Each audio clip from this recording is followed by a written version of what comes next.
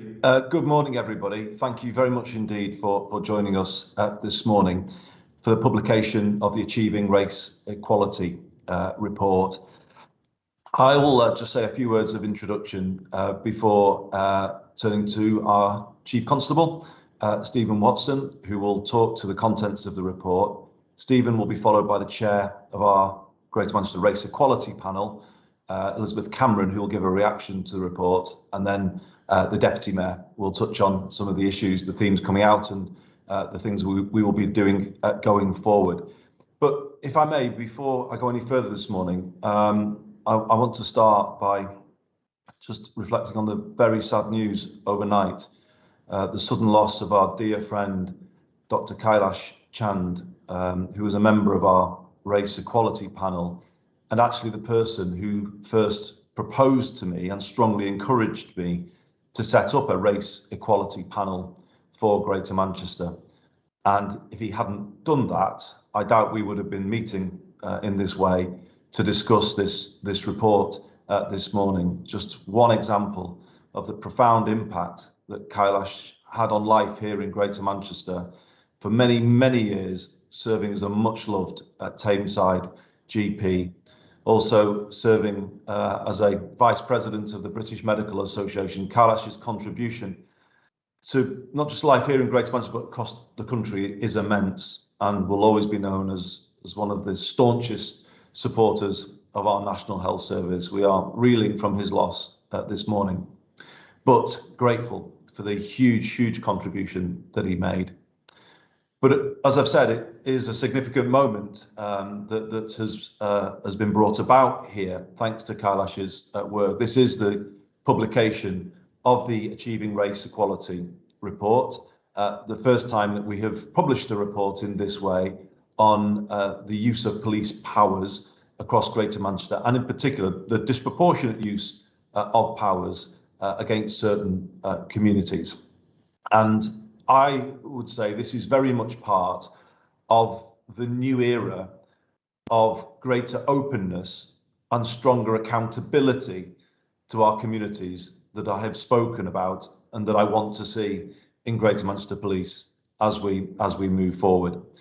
We made a commitment in 2020 that we would publish on a regular basis statistics reflecting the use of powers such as stop and search, the discharge of taser, other powers that are used and about which there are strong concerns amongst many of our communities and a desire for much greater transparency. I am very grateful to the Deputy Mayor who has overseen this process, but particularly to the Chief Constable and all of his colleagues in Greater Manchester Police who've taken seriously our request to move in a direction where we have much greater information about use of police powers, so that we then can have a new conversation with our communities, that we can strengthen trust between our police force and all of our communities.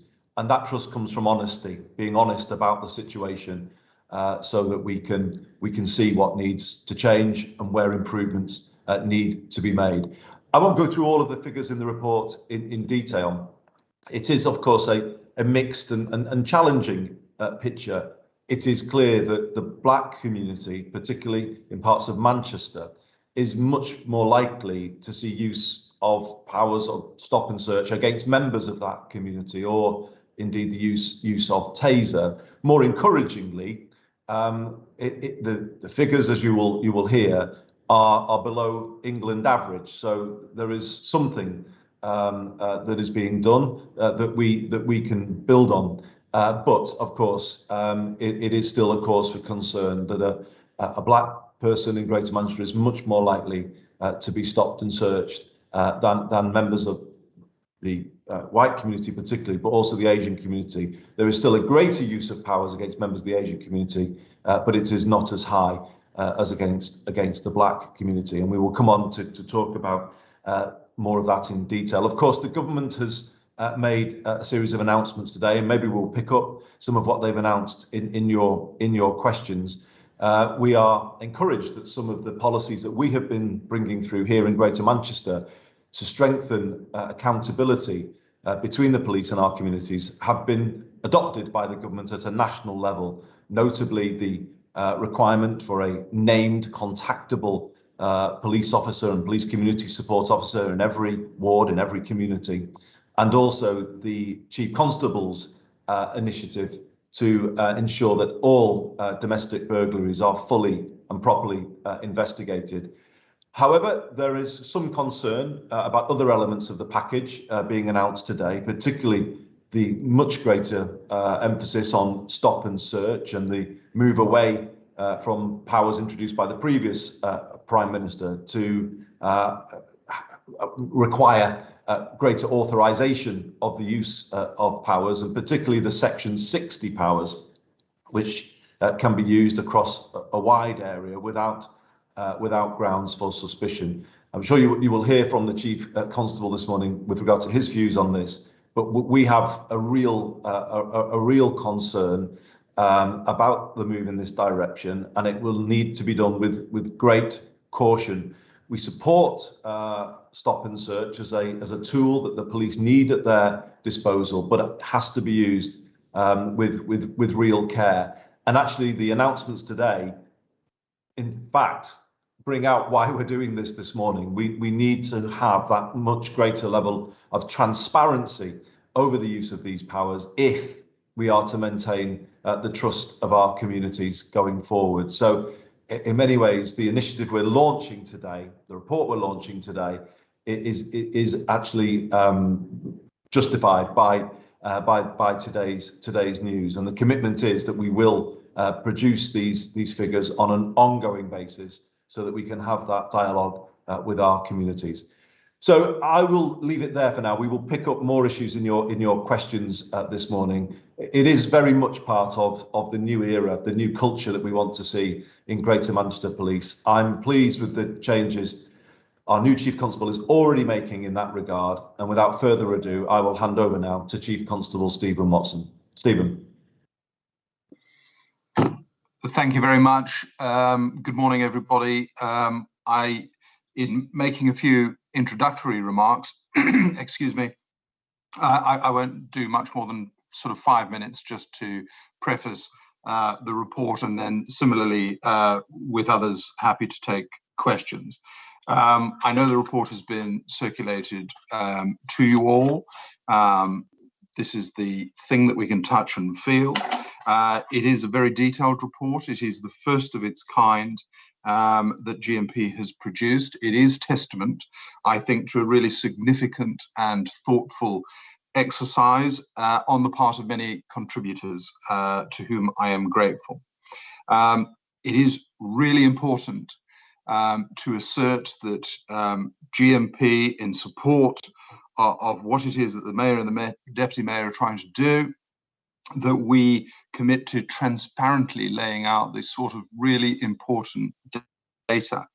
But of course, it is our hope that this represents the beginnings of a journey rather than a destination in its own right. So the publication of a report ought to catalyse and inspire conversation, ask difficult questions of the service, we asking difficult questions of ourselves, making ourselves subject to the legitimate scrutiny of communities who receive the services that we offer. We are absolutely and really clear on this point that we understand the significance of the powers that are placed into the hands of police officers by the public, but we understand that those powers are placed into the hands of police officers solely so that we can effectively perform our duties in respect of looking after people. But it is absolutely imperative that we use those powers lawfully, fairly, professionally, proportionately, respectfully. The way that we do our job is all about inspiring confidence. And if we cannot achieve confidence in communities, and we know that there are some communities where confidence is much lower than in others, and we have to work harder in those circumstances. If we don't have the confidence of communities, then the legitimacy of our enterprise suffers. And if the legitimacy of policing suffers, then we are all the poorer for it. So we recognise the central importance of these issues. So this report does add to our understanding of inequality, disproportionality. We are, of course, part of broader society, so we do recognize that disproportionality occurs across education and health and employment and housing, and it finds itself vested in certain communities more so than in others. We know that crime thrives in deprived communities, and we know that because of many of those other drivers, many of the people who live in deprived communities are also overrepresented in the sense of themselves coming from minority communities. And if crime is thriving in these communities, that is where policing happens.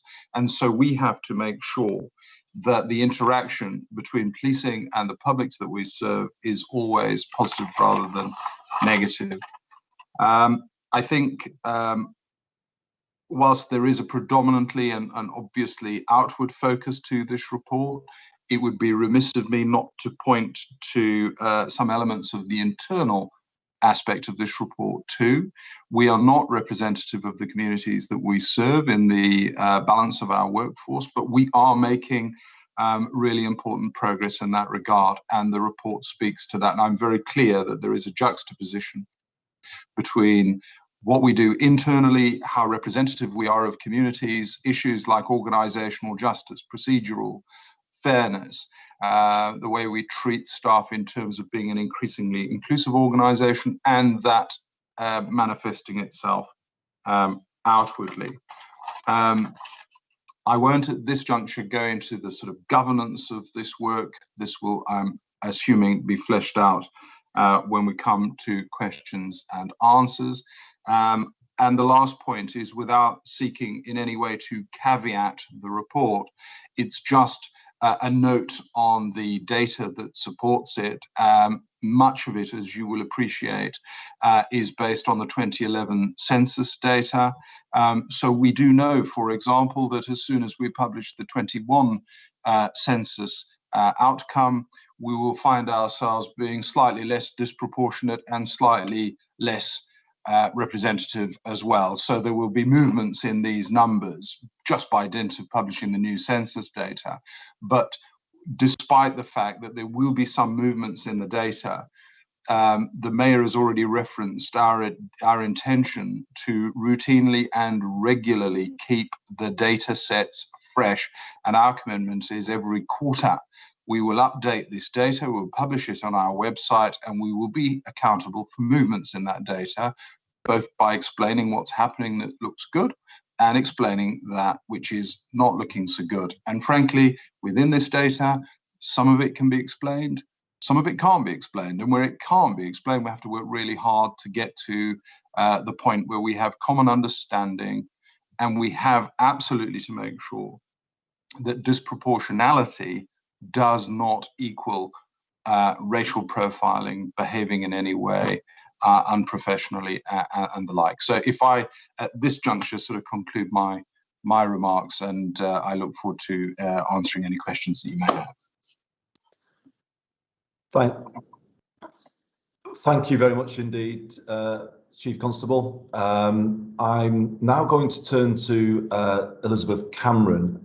Before I do, I just want to say that we are very grateful to Elizabeth and our Race Equality Panel for the constructive way that they have engaged with this exercise and the challenge that they've rightly given and will continue to give.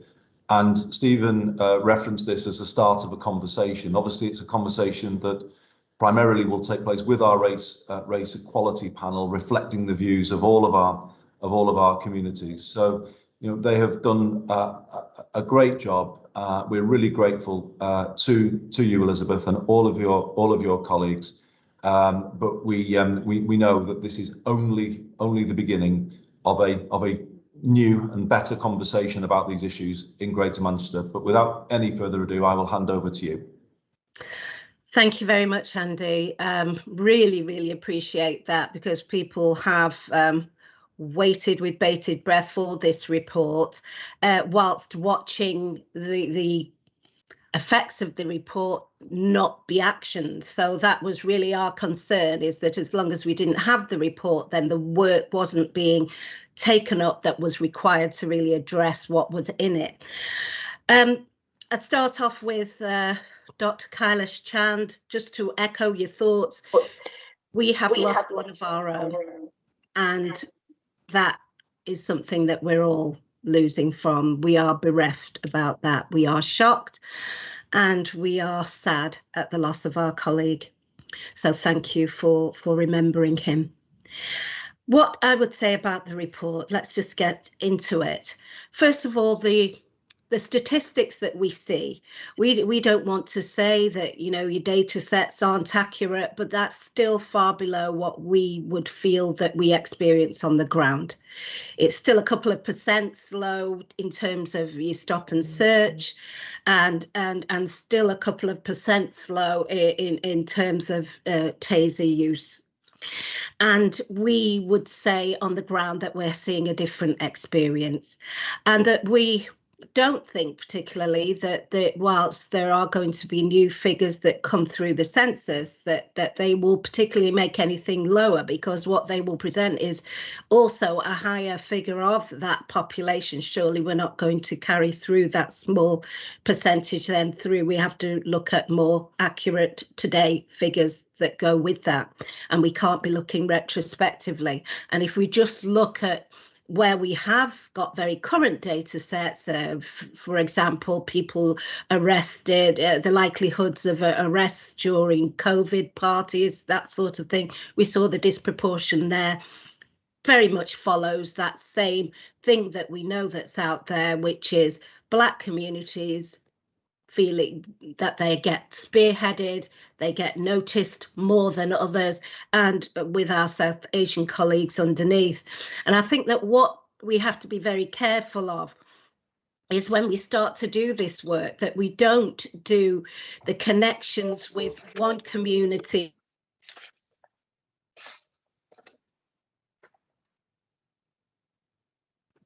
Elizabeth, you're on mute.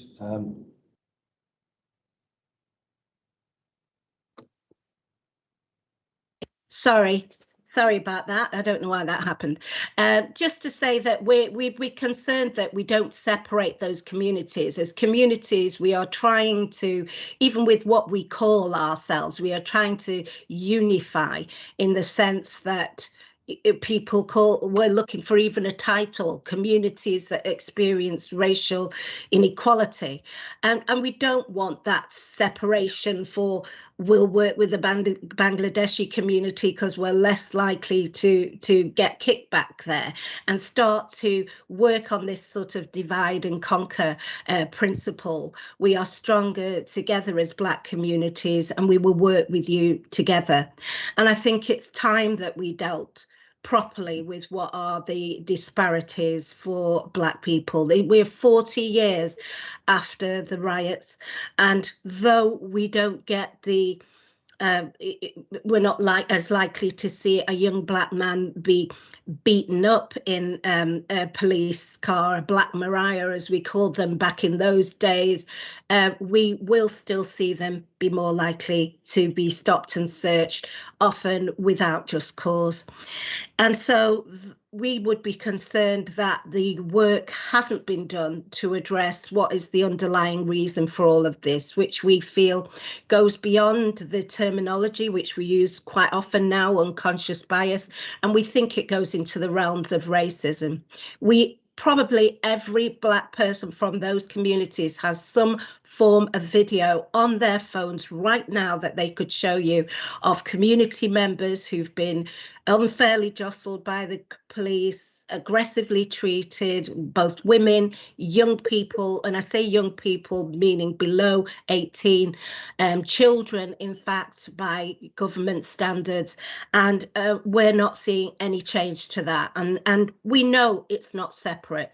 We know that we can't separate the lack of aspiration for some of our young Black men, the twice as likely to be unemployed, the level of experience, twice as four times as likely to be excluded from school. These things are not to be seen in isolation. And when we see that people are being invested, we're seeing the disinvestment across youth services and any of the useful practices that could support people from communities where there is more poverty, more deprivation. We always knew, those of us certainly who were working in that field, that things are going to get worse, and things will get worse if we don't address what is here.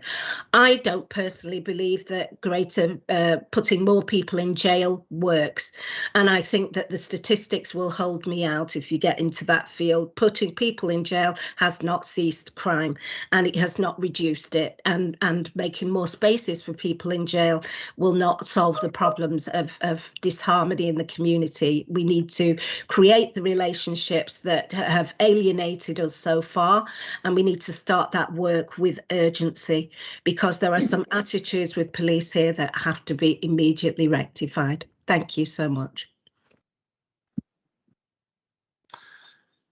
Thank you, Elizabeth, for speaking so powerfully and honestly on behalf of communities across Greater Manchester. And it's clear from what you say that there is a long way to go here. This truly is only a start today. You know, the gap between what the figures say and people's real experience, I'm sure that will be a reflection that many people will make today. And obviously our job over the months and years ahead is to close that gap, isn't it? And to build that trust, which we know we've got to work on. So thank you for being so honest. Can I thank you, though, very much that this report, not only for our inclusion, and I do think that's extremely important. I definitely do not under-egg what that really means. It's very important for us to be part of this conversation and dialogue. But we do want to say here what GMP have done in the way that they have scrutinised these figures. They have looked into the absolute minutiae of what is the experience of those communities, is something that all public services, frankly, could look at. And it is inexcusable now to be in an organisation that doesn't know how many Black people they employ, that doesn't know their journey through services, because GMP at the worst of its times has been able to produce that. So I do want to applaud that and say that's something for people to be following. Thank you. Thanks, Andy. Sorry to interrupt you. Not at all. It's an important final point, and I think it will be appreciated by the Chief Constable and all of his colleagues, because they have taken this exercise with the seriousness which we hope they would. And you make a very good point about other public services need to do the same. I'll turn now to the Deputy Mayor to pick up some of the points that have emerged from the excellent contributions that we've had so far, before we'll then go on to hear your questions. So, Bev, over to you.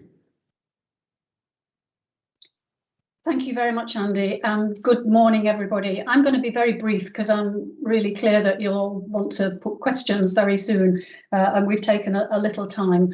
But I just want to make a few remarks at the outset, if I may. And the first point I was going to make is following on directly from Elizabeth Cameron, because I think I'm really pleased that the police has done so much work in garnering the data and setting it out in a really robust but clear way.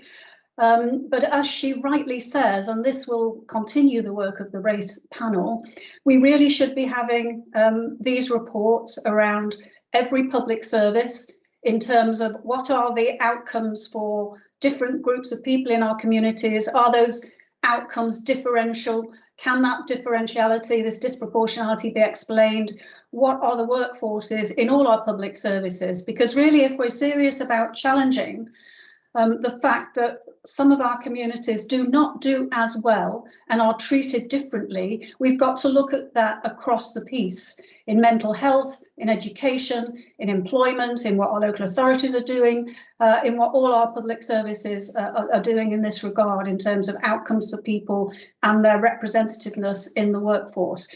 So I am very proud, though, that it's the police that have done this first. I think it's right that they've done this first. They do have really considerable powers that they can employ against their fellow citizens, and it's right, therefore, I think, that they are leading the way in revealing this data and starting that conversation with our communities about policing. It needs to follow on in terms of the other services that are provided across the community. And the Mayor and I, Elizabeth, accept that challenge from you as leaders across Greater Manchester. And we need your scrutiny on the Race Equality Panel to open up some of those other areas for similar scrutiny. That's the first point. The second is just to touch again on the data issue. This data is as robust as we could possibly have made it with the tools that we've got. But as the Chief Constable and others have said, there are some issues with the data. The incidence has been collected during COVID period, so activity of all kinds was down. We know we've got to train our officers to make sure they record fully and accurately every incident. That might relate to your point, Elizabeth. 2011 census data is dated, and we also know, we have to calculate these rates in relation to the residents who live in a particular locality. Now, for the City of Manchester, that's very inaccurate because there's so many more people transitioning through the City of Manchester, where we do so much of our policing necessarily because of crime, that it's not a representative picture to simply use the residents that we've got domiciled here. And there's a number of other issues. So part of our challenge going forward, as well as reporting what we find periodically, is to continue to work at making the data as robust as we possibly can and have greater confidence in that data. And then just finally, I think, as some of the actions in the report suggest to you, I think there are probably 4 key prerequisites to going forward on this and making this data useful. One is that there's robust governance, and you'll have seen that the Chief Constable himself is going to chair the highest governing body within the police around these issues and show that leadership. Second is transparency, and that is this report. And third is scrutiny, and that is allowing the Race Equality Panel and other groups that are being established the wherewithal to scrutinise fully what's happening here, including dip sampling incidents, looking at body-worn video and so on, really detailed ground level scrutiny. And the fourth prerequisite is to really develop the relationships at a local level between the police and those people in that community. A reformed and strengthened neighbourhood policing offer is now being implemented, and this is key. And secondly, through the Violence Reduction Unit, we're piloting community-led approaches to tackling violence and some of the problems that people in communities experience. And both of those are really important for strengthening the relationship between the police and community, extending the police's knowledge about the issues that are concerning people, and having those conversations locally about the best ways to address them. Thank you, Andy.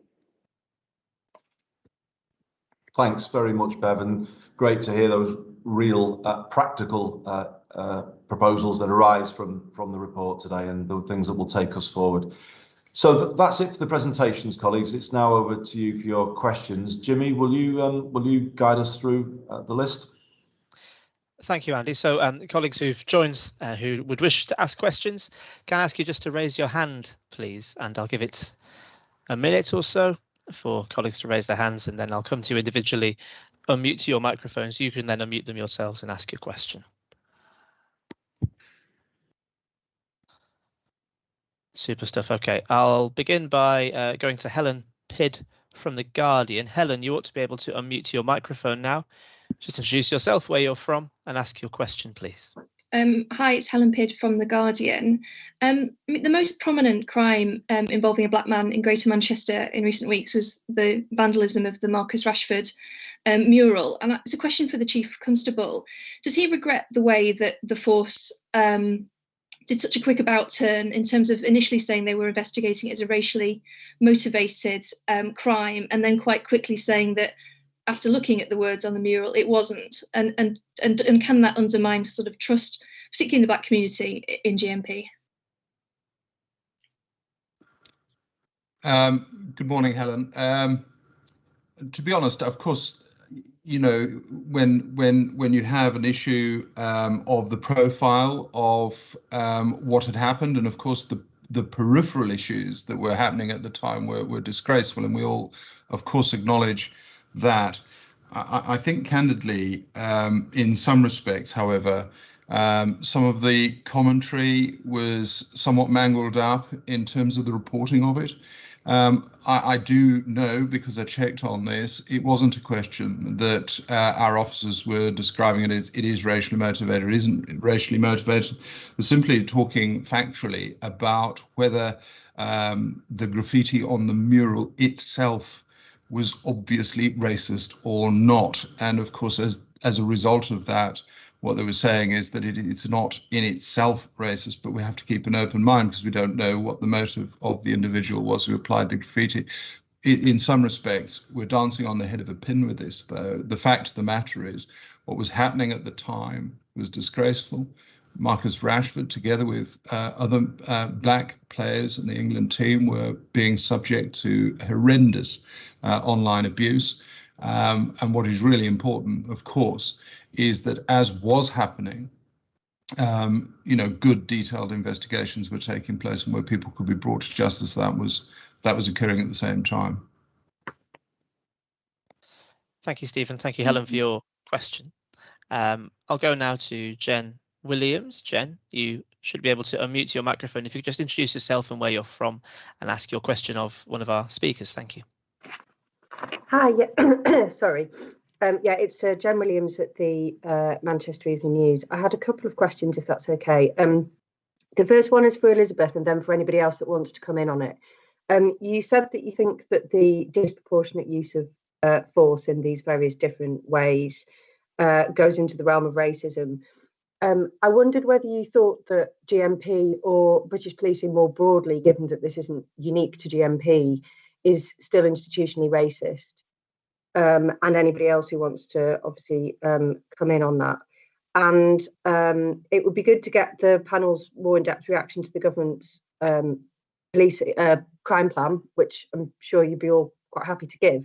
But specifically for the Chief Constable of West Yorkshire has said that the police in Britain are used as a punching bag by the public.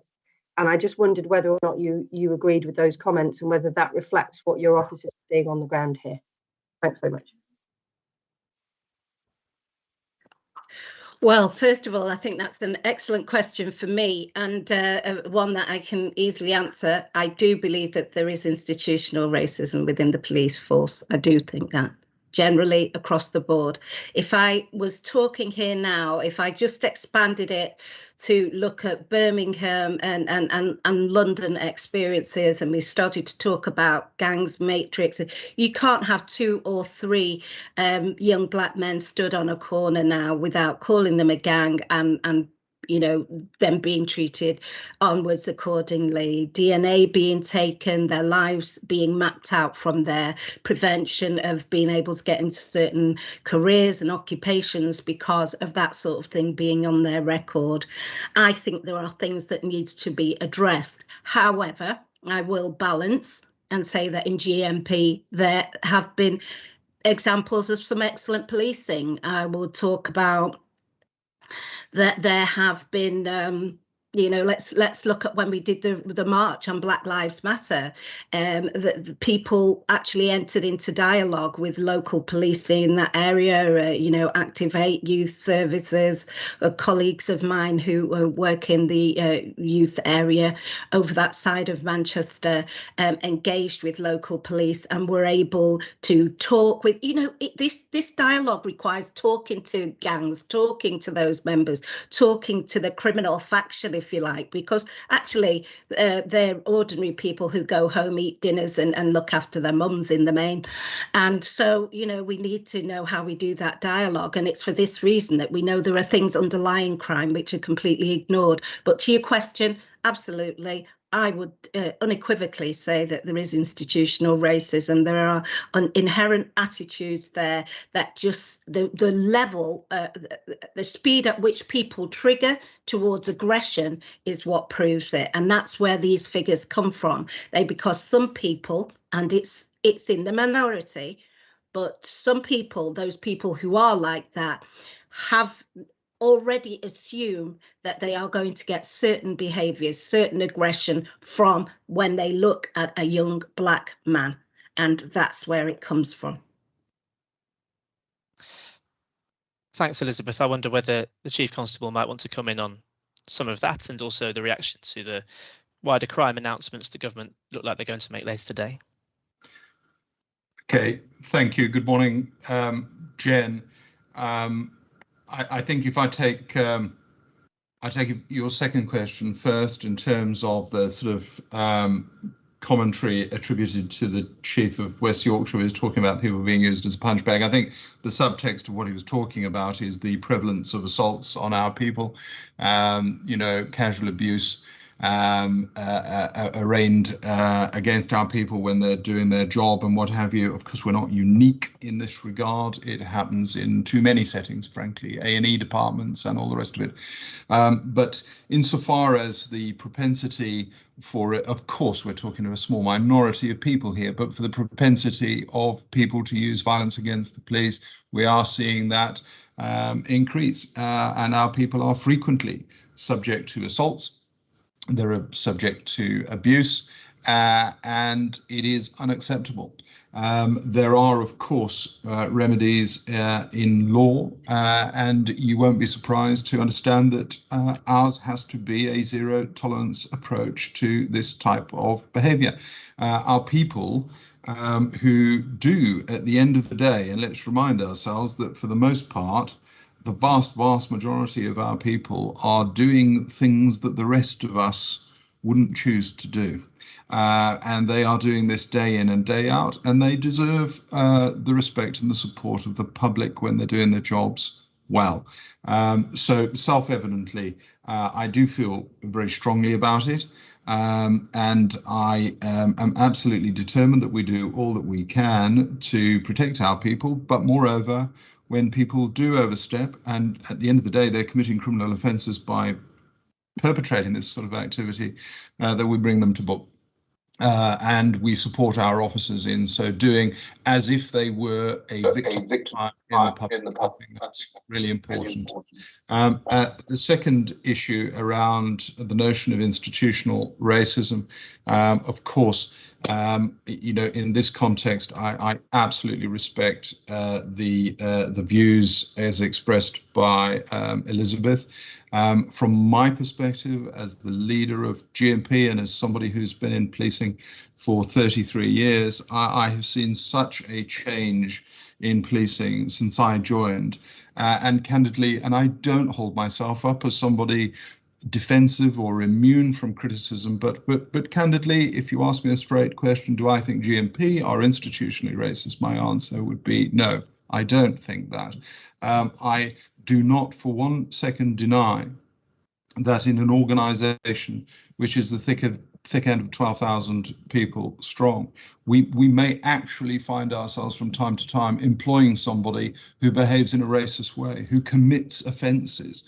But what I do know is that as an organisation, when people behave in that way, they are expressly contravening all of the values that we espouse around recruitment and training and progression and what is recognised internally as decent professional conduct. And where people do let the wider force down at the expense of the public, we root them out and we boot them out, and we do that institutionally. So at the end of the day, it is not a grounds upon which to fall out, it seems to me, but I do not accept that GMP are institutionally racist.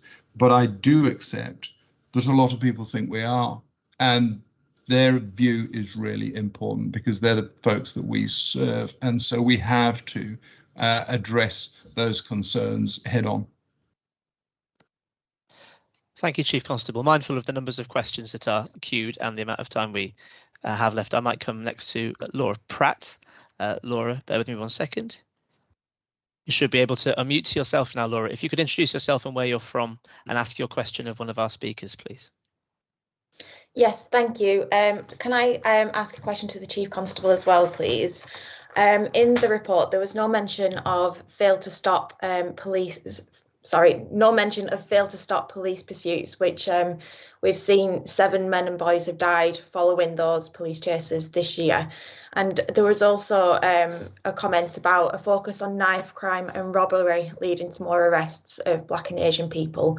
And I was just wondering where those figures have come from as well, please. Good morning, Laura. So yes, you're right. There's no mention of fail to stop figures within this report. Neither are, for example, their detailed reference to victims of crime, their ethnicity of victims of crime, and of course there's a lot more to do to continue to build what ideally it becomes a really informative, rich picture. So I'm not in any way seeking to suggest that all of the data we have gives us the complete story. We obviously continue to build upon that, but the failure to put fail to stop in is not in any way almost a deliberate decision. It just doesn't appear in these figures. I think generically, what we are not necessarily seeing, and I'm sort of nervous to absolutely nail my colours to the mast without having the figures in front of me, but of course I am personally privy, at least as you know, Laura, I've been here 6 weeks, every example where this has happened, where we have a fail to stop pursuit, and particularly where that ends badly, where people are hurt. I am personally briefed, of course, on all of those. And at least over the very recent memory of the force, we're not seeing disproportionality in those figures. What we are seeing is a serious set of circumstances where people are failing to stop. They are being pursued, albeit in very tightly controlled manners. But some of these events have ended very, very badly and very tragically. And on occasion, of course, we've seen the lives of entirely innocent people lost. And so it is a hugely important issue. And I do therefore understand why you ask it. What I would say as perhaps the final point on this is that notwithstanding the disproportionality issue, which I'm not seeing represented in this dynamic, every fail to stop accident results in a fatality is independently investigated by the Independent Office of Police Conduct. And I think there's a good reason for that. And I think it's important that sustains itself. Your point about the prevalence of knife crime and robbery, essentially, these are simply stats by dint of our crime records. Our crime records will tell us about classifications of crime, locations where the crime has occurred.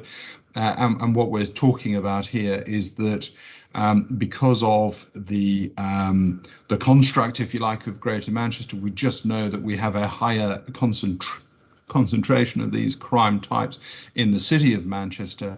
And we also know that the city of Manchester, of course, is where a higher proportion of the resident population come from minority communities. And it is that juxtaposition, if you like, that has some influence on disproportionality. Thank you for your question, Laura. Move next to Claire Fallon. Claire, you should be able now to unmute your mic. Yes, Hello, you've done it. Well done. If you'd like to introduce yourself, where you're from and who you'd like to ask your question to, please. Thanks, Jimmy. Claire Fallon from Channel 4 News. If I could ask the Chief Constable and Elizabeth, both of your views, your thoughts on this. And if I can just try and get to the hub of what one section within the report actually means when it talks about disproportional use of force. And it says that it seems to be likely significant that police officers are more likely to refer to the physique of Black people when recording the use of force impact factors. To me, what that's saying is that whether it's conscious or subconscious, there are police who are using racist tropes in order to justify the use of force. Is that what is happening? I think perhaps as you're on the screen, Stephen, if you'd like to take that in the first instance, if that's okay, and then on to Elizabeth after, if that works. Good morning, Claire. I mean, the simple answer is I don't know. What we're reporting on factually is that when we look at the crime records, or rather the stop and search records that are submitted by officers, we have seen that that is a dynamic of what it is that they are reporting. And part of the exercise, of course, is to surface that as an issue and to try and understand what it does mean. It could mean what you assert, or at least what the question implies, that officers are using almost stereotypical tropes in describing a dynamic. It may be that isn't the case. What I'm really clear about is that this report does not provide us with all of the answers. And what I've said is that there are elements of this report where there is a clearer, more sort of empirically robust answer to, well, why is disproportionality so high in Oldham? And it's the tyranny of small numbers giving up a big percentage, which perhaps knocks us out in terms of our analysis. But there are some things in this report which flash up a really important question, such as the one that you pose, for which the answer is not readily at my fingertips. So it could be, as you describe. I hope that it isn't. But the point of the exercise is, having surfaced the issue, we have to do some more work to understand that. And we have to get behind what it is that officers are doing, why they are working in the way that they are, why they're describing things in the way that they are, so as to come to a conclusion. So in a sense, I recognise I'm not giving a straight answer to this question, but that's simply because to do so, or to attempt to do so on my part, would just simply be speculation. So I'm simply in this context showing a clean set of hands and saying I don't know what the answer is, but we need to explore it further. Thank you, Stephen. Elizabeth, if you'd like to come in, and then Bev would like to speak after Elizabeth. But Elizabeth. Yeah, thank you for that question. I would say racist tropes, yes.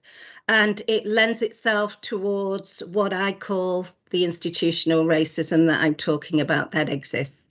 And it's undeniable, because what we're talking about, let's be clear, I'm not talking about an odd police officer here or there, because one can never, you can't know everybody all of the time. It's what the organisation then does about it that makes it into institutional racism.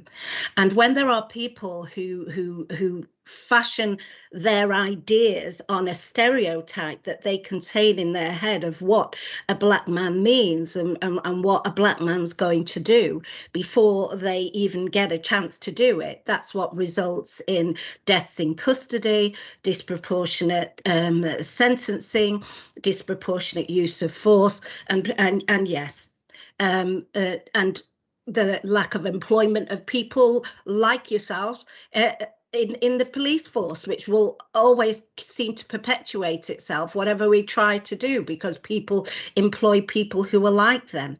And I'm reminded that the definition of institutional racism is where it's arising from systems, structures, or expectations that have become established within an institution or organisation. So there's a lot that needs to be unpacked. When we say that we've made some progress, when this particular section that you picked out very, very well, thank you, Claire, for doing that. It's clear. It just simply proves what we experience on the ground and goes towards those people who have unfortunately died through failure to stop. But I just want to know, from the previous person, Laura, that had been raised with the Chief Constable, and we have talked in detail because one of the panel members brought that issue forward. Thank you. Thank you. And Bev, you wanted to come in. Just very briefly, yes, I think this is a really important issue. As Stephen said, we don't know the reason why, but actually we do know from a number of different sources, not just the independent research that's cited in the report, but also from other sources, that this is something that is frequently cited in relation to police forces. I was talking yesterday to the Independent Office of Police Complaints as a result of some of their investigations of incidents, both in GMP and beyond GMP. And this is something they highlighted to me.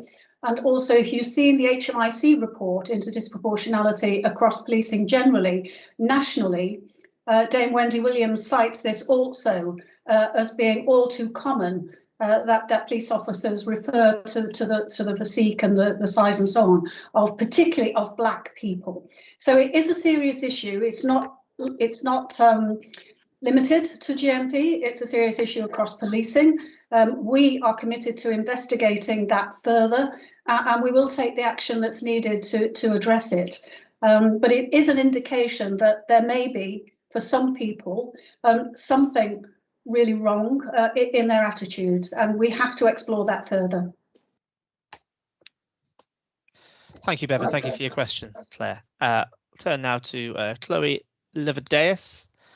Chloe, you should be able to unmute yourself now if you just want to introduce yourself and where you're from and ask your question to a panelist, please. Yeah, good morning. Chloe Liverdeus from Police Oracle here. This is for the Chief and maybe Elizabeth as well, if she'd like. So between 2014 and 2021, the number of Asian officers and staff has more than doubled, whereas the number from Black communities has only gone from 93 to 111 in the same period. That's quite significant. What's the forced understanding of why it's still not recruiting enough Black officers and staff? And do you think it's not helped by the fact that there's no Black person in the Chief Officer team? Good morning, Chloe. Thank you for your question. You're right to say that there is a difference between the numbers of sort of Black people that we're recruiting versus South Asian and mixed race people.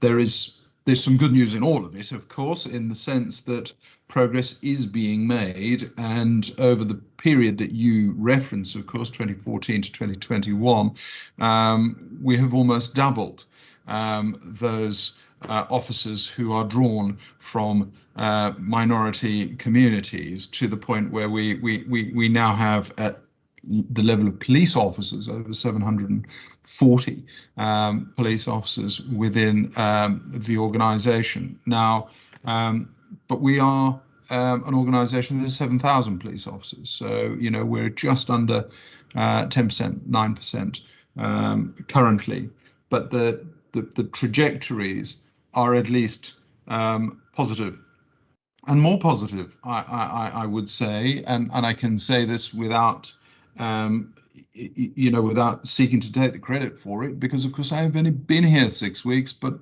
actually the performance around recruiting a more diverse workforce in Greater Manchester is notably stronger than virtually every other force in the country. It is very much to the top end of that spectrum, and so credit where it's due. The difference between the two, I think, and I absolutely take on board Elizabeth's advice in this regard, because it is clear that both sort of anecdotally and in terms of what we see through confidence surveys and the like, there is a bigger confidence gap between Black communities, South Asian communities, mixed race communities, and that must play some part in our failing to attract more people from Black communities. And so we have to work harder at that. The whole point of the enterprise is to raise confidence in all communities. It's so important that, a rising tide floats all boats. It's really important that we get into all communities, but we are going to have to work harder with those communities who are least trustful of the police. And when the Deputy Mayor references our plans around strengthening neighbourhood policing, for example, that for me is the vehicle around which we really get much more closely intertwined with those communities that we serve. We have to knit ourselves into the fabric of every community. And whilst I have the mic, we are happily recruiting like Billio at the moment. And if it's a subtext of all of this, if I can put out a plea to people from all communities, including and especially our Black community, is give it a go. I can tell you now that the organisation that I lead wants the best and the brightest from every community, and we are absolutely determined to be a really inclusive, positive employer. And I can personally promise you a fantastic career. So give it a go if you think you have the attributes that are required for being a professional police officer. Take a chance. You might be surprised.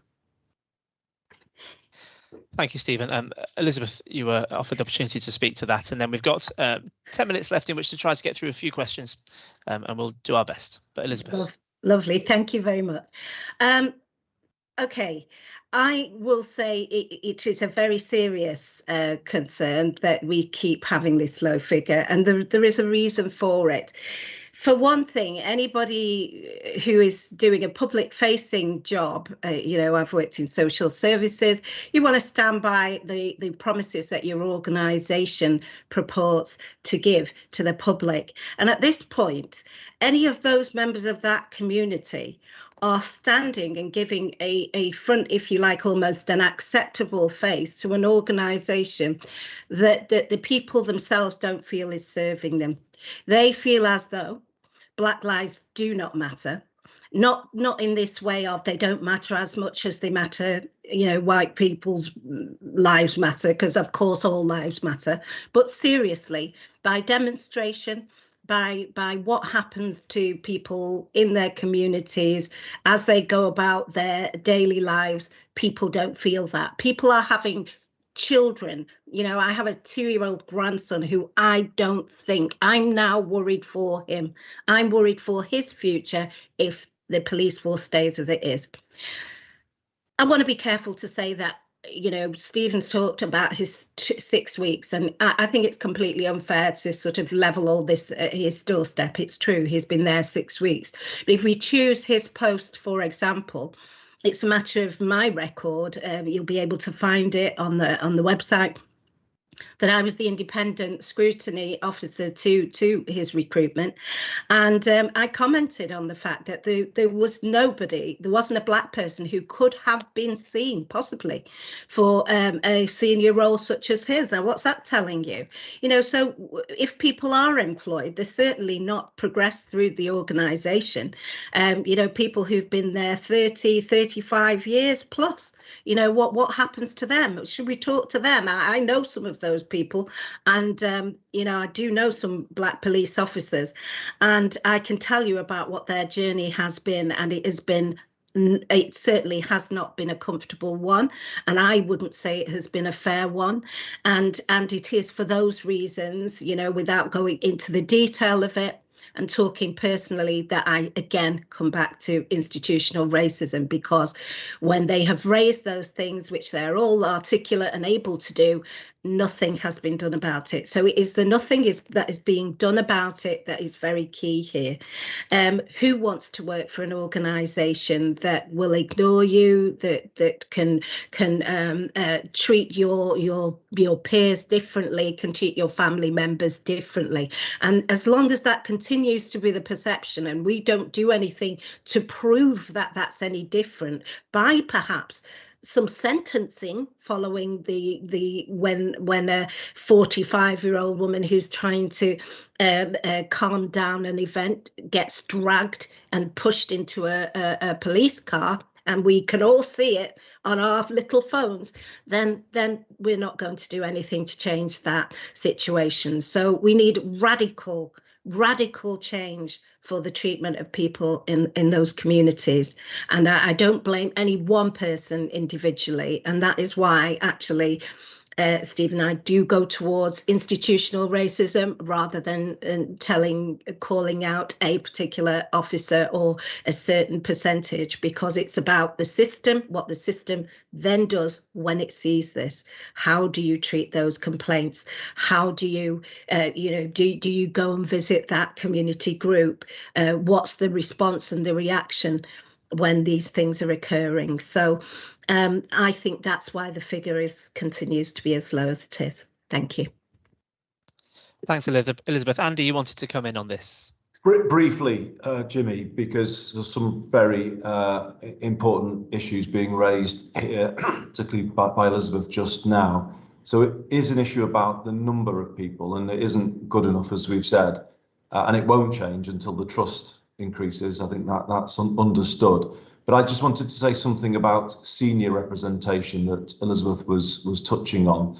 We are about to launch a new partnership with Operation Black Vote, a leadership and mentoring programme, which aims to address the underrepresentation of our Black community in all walks of life within Greater Manchester, but also within policing. So we will be beginning recruitment for that programme now, to be honest, and we will be launching it in the coming months. And I will be asking Greater Manchester Police to be a full part of it, so that we open doors for people to gain experience at the senior level of our police, but also other organisations in Greater Manchester. This has got to be an issue now that we address with focus and with urgency. Because as Mayor, I know as I go about my job, I see that underrepresentation. It's not right. The change comes. We will get a young person growing up in Old Trafford, Hume or Moss Side to feel that they may kind of have the confidence to join our police force if they see someone at a very senior level within that police force, because then they'll say, well, that is an organisation that will support me and my community. And we're not at that position yet, hence the launch of our programme with Operation Black Vote, which will be about opening up opportunities for people to gain experience across the public sector, private sector too, and particularly focusing on our young people. So I just wanted to say that, Jimmy, just because it's a serious initiative that we're launching. Thank you, Andy, and thank you for that question. We have a handful of questions left and not a great deal of time, so I'll come next to Paresh Patel. Paresh, you should be able to unmute your microphone now, I hope. Please introduce yourself, where you're from, and ask your question to someone. Thank you. Hi, Paresh Patel from BBC Northwest tonight. My question is directed to the Chief Constable as well as Elizabeth Cameron. Social media is the place where hearts and minds can be won and lost. Elizabeth Cameron earlier said a lot of Black young people have videos of police overextending their powers, and these videos are often shared with hundreds if not thousands of people. It forges an attitude towards the police. How are you going to counter that attitude on social media? What is your policy, and what would you like to see happen? Thanks, Paresh. There's a fair bit of feedback on your line, so I'm just going to mute you, or you've muted yourself. Thanks a lot. It was Elizabeth who commented first about that footage, so perhaps Elizabeth wanted to add anything briefly before Stephen comes in to comment on it.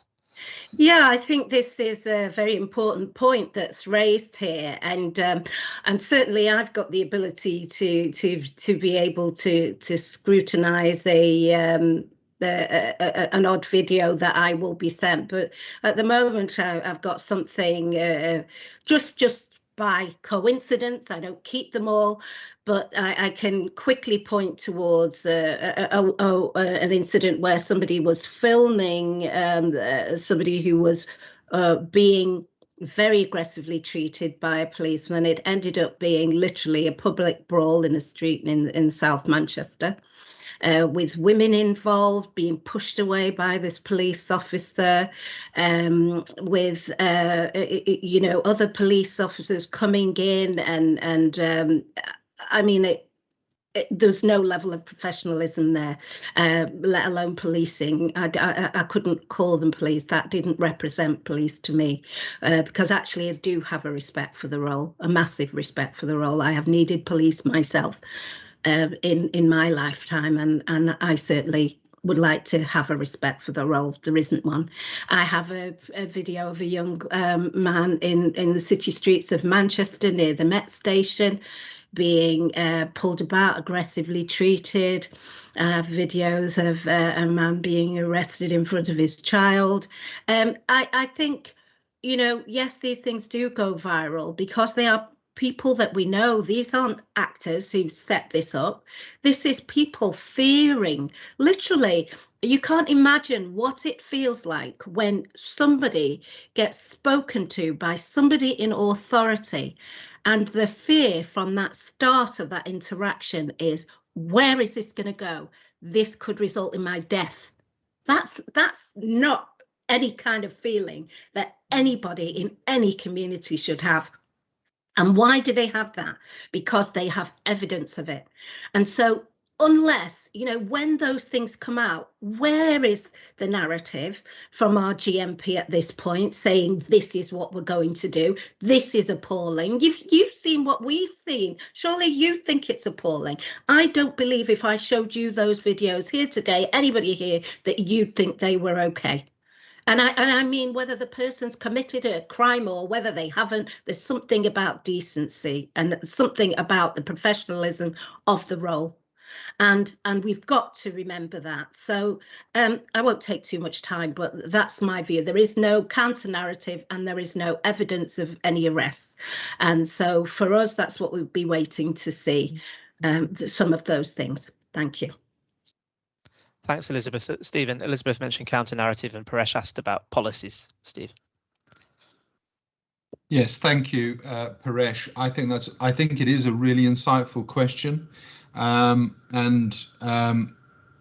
absolutely agree that social media, for good or for ill, is hearts and minds space. And candidly, at this point in the organisation's development, I think we are unequal to the challenge. I won't embarrass her, but by referencing her, well, I probably will embarrass her because I'm going to reference her, but we actually have Kathy Stacey on this call, who was taken on recently as a new Director of Communications for GMP, and actually part and parcel of the whole point of the exercise is to really change the narrative, make us very much more proactive as an organisation, more positive as an organisation, not defensive.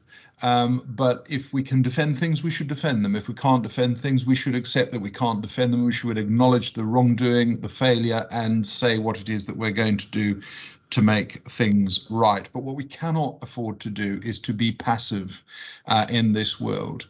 I do not at all suggest that in no circumstance is there evidence circulating on social media of our people misbehaving themselves. What I would say is that there is absolutely a mechanism for dealing with those things, and if people have such footage, that they should refer them into our complaints procedure. I recognise that there is an issue around trust and confidence in that, but that is the mechanism that we have got, and it is certainly the mechanism which is supported by the Independent Office for Police Complaints and all the rest of it. Those things should absolutely be submitted to us, because if we don't see them, then we absolutely won't be acting on them. And I say that before I make the subsequent point, because as I say again, I'm absolutely happy to concede that there may be some footage of people misbehaving themselves. What I want to do is to deal with those people. So if you've got the evidence, let me have it, we'll deal with it.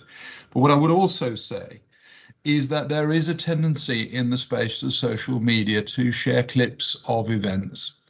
And that is sometimes really unhelpful. And the reason why I make this point right at the end of what it is that I've just said is I do not want to appear defensive and to try and justify everything that sometimes looks really unfortunate. I just know in my career that I have seen the totality of a package which puts an entirely different slant on the events. And just by a quick reference, I do recall it wasn't in here, it wasn't in Manchester, it was in Liverpool. We had some apparently horrific footage of 5 police officers scrambling with somebody or laying on top of this person in what looked to be a very violent struggle. And it created all sorts of issues around confidence. But what it transpired to be was a person who was having a mental health crisis, who had stabbed himself in his own leg, and his cerebral artery had been pierced, and he was busy bleeding to death. And our officers were scrambling to save that man's life, and they did. But we had 48 hours of the assertion that positional asphyxia as an issue had not been considered by these officers, etc., etc. Now, that is a subset of what it is we're talking about. All I'm saying is that there are occasions, and I have seen these examples for myself, that sometimes what purports to be the whole story really isn't the whole story. And when the wider community see the wider story, they do sort of say, well, actually, you know what, I can now see that in context. What are we going to do about it? The reason why I sort of name check Kathy right at the outset, one of the things that I'm absolutely concerned to ensure, and this will start at the level of neighbourhood policing, is we need to, through use of social media ourselves, we need to be interacting with those very localised communities that we serve, as opposed to trying to put out sort of macro messaging. Very localised communities, to tell the communities precisely what we are doing on a day-to-day basis for them, regardless of critical incidents, but particularly when a critical incident occurs, that we explain, we determine what it is that we might legitimately be able to share with communities, such that people can at least have faith that we are looking at it critically with a view to sorting out the wheat from the chaff.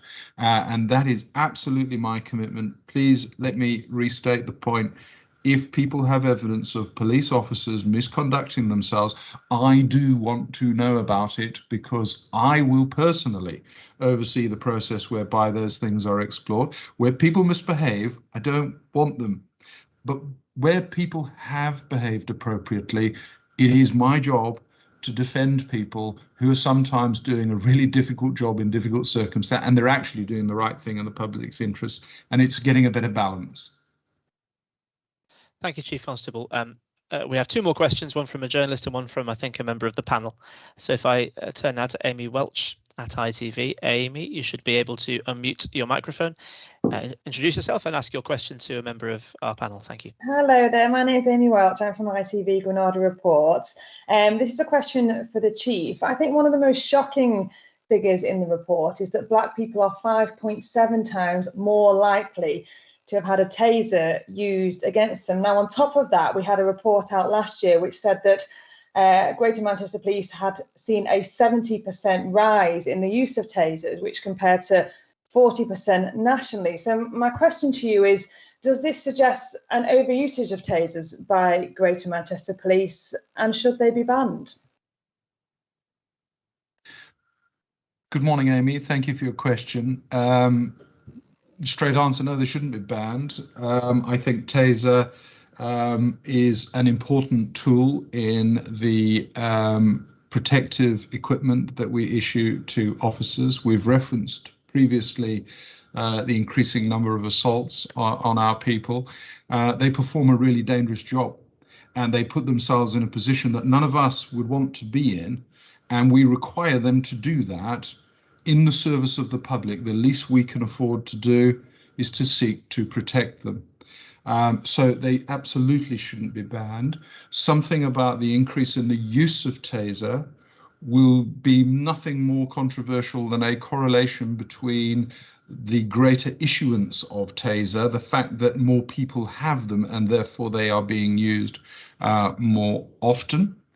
And there are, of course, really significant stringent control methods around the use of taser. So every time taser is used, it is very carefully scrutinized. It's scrutinized by training staff. There's a professional standard of deployment, and the officer's deployment against that standard is scrutinized in minute detail. These are not issued to all. You have to specifically be trained. You have to pass the course, and you are held accountable for the use of taser, even to the extent of drawing taser from your belt and pointing it at somebody. We consider that to be a use of taser. So I do think that there is a legitimacy to the use of taser, and that there are good control measures in making sure that it's used properly. However, what we do have is disproportionality in the use of taser, and this, again, it falls into the same category as one of my previous answers, which is to say, well, why is that? And again, I do not have the ready answer for this. I cannot tell you that we use more taser, be black people, for the following good evidence-based reasons. I can't. And so therefore there may be a benign explanation, there might be a less than benign explanation. As I've said right from the outset, stuff I can explain, I'll explain. Stuff I can't explain, I won't. But if I don't know the answer, what these stats flag up is the necessity to get behind the detail and try and work it out. Thank you. Thank you for your question, Amy. So be very patient. Jay Charara has had his hand up almost throughout. Jay, you should be able to unmute your own microphone now. If you could introduce yourself and where you're from and ask your question to one of our speakers, please. Thank you for that. Jay Charara, Vice Chair of the Greater Manchester Race Equality Panel. This is a question for Andy, for his comments. We have been reassured by Stephen Watson, GMP Chief Constable, that our community, the Jewish community, will be at the forefront of the new safety strategy due to increased hatred that we've seen recently because of international tensions. From your perspective, what can further be done in this regard, say at the GM level, for example, to facilitate good neighbourhood initiatives and policing? Thank you. Well, thank you very much, Jay. And Jimmy, perhaps I'll make this the final answer with some summing up as well, because obviously we are a little over time, but it's a very important question, Jay. Firstly, thank you for what you do on the panel and your contribution to this report. We take all instances of hate extremely seriously, and I was deeply concerned about some of the protests that we saw recently in response to those international tensions, with anti-Semitic banners being carried on the streets of Manchester. That is never something we will accept, and we condemned it at the time and will continue to do so. In terms of what we can do more broadly, I'm very encouraged by the work that the Deputy Mayor has done with leading members of the Jewish community through the pandemic, including Greater Manchester Police, through the Jewish Strategic Group, which has fostered a much stronger dialogue, already strong, but is taking it up to another level in terms of dialogue between ourselves, Greater Manchester Police and the community, and I think has strengthened relationships. And it's a model I think we could seek to build on with other communities around Greater Manchester to achieve some of what we want to achieve, as we've discussed today, building that greater level of trust. We will never accept hate, discrimination of any kind, and we've always made our position absolutely clear about that. It's what this city region stands for. It's a belief in equality.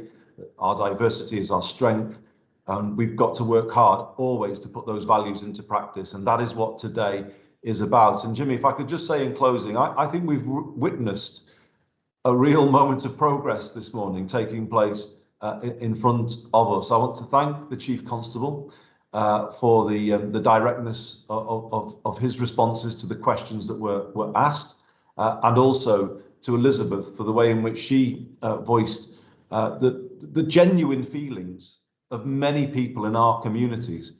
And I think to listen to both of you this morning, having that conversation in the respectful way that you did, represents a real moment, as I say, of progress for us here in Greater Manchester, and takes us towards that honest, accountable policing that I have often spoken about wanting to see. But it's only the start of a conversation today, and we all recognise there is so much further to go. That point that I would come back to about having police force that a young person would feel confident to join is clearly not somewhere where we are at the moment. Some young people, yes, but not in the numbers that we want to see. We are some way from having that truly representative police force in Greater Manchester, but that is what we are working towards. And I would say to any young person who is watching this or hearing reports of this, please listen to what the Chief Constable said. He wants you to work to serve our communities. We want to, you can help make sure that Greater Manchester Police changes to what you want it to see and what you know members of your communities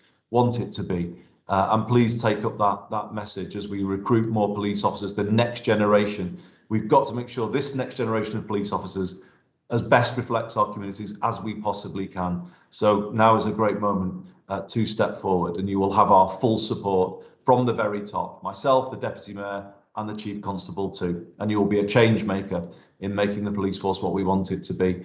So I would just want to thank everybody, Jimmy, colleagues from the media for their questions and their real thought that have gone into many of those questions. Thank you for dealing with this report in the way that we wanted it to be dealt with great seriousness and care, given the issues involved. But I hope you will appreciate this event today. Thank you to our Race Equality panel and to all members of it who played such a role in bringing this about. And we will regularly update you on the progress we're making. So with that, Jimmy, I think I will conclude today's event. Truly a huge step forward, I think, for us all in Greater Manchester, particularly for Greater Manchester Police. Thank you, everybody, for your participation today.